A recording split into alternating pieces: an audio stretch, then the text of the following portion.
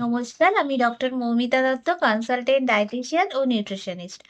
আজকে আমি বলবো ফ্যাটি লিভারের ৩টি কারণ।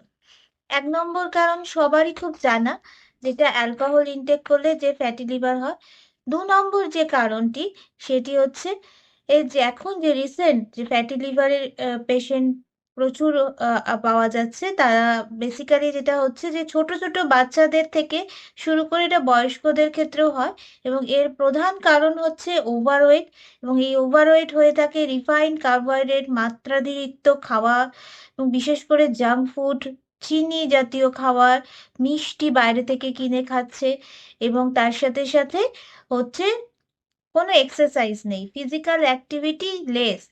কোনো খেলাধুলা করছে না এবং হাঁটাচলা কোনো কিছু যারা করছে না তাদের এই ফ্যাটি লিভার হয়। আর ৩ নম্বর যে ফ্যাটি লিভার হয় যাদের ডায়াবেটিস কন্ট্রোলে থাকে না, আনকন্ট্রোলড ডায়াবেটিস।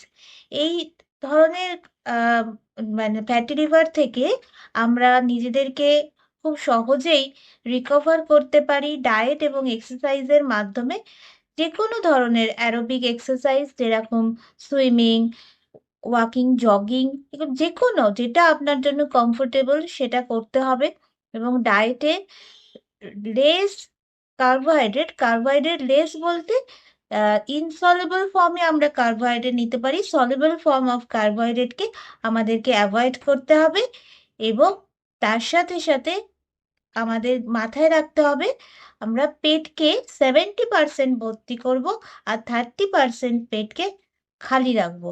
যাতে আমাদের একটু পেটে জায়গা থাকে পরবর্তী একটা food intake excess food intake করলেই ফ্যাটি লিভারের প্রবণতা কিন্তু আরো বাড়বে। আজ এই পর্যন্ত। নমস্কার।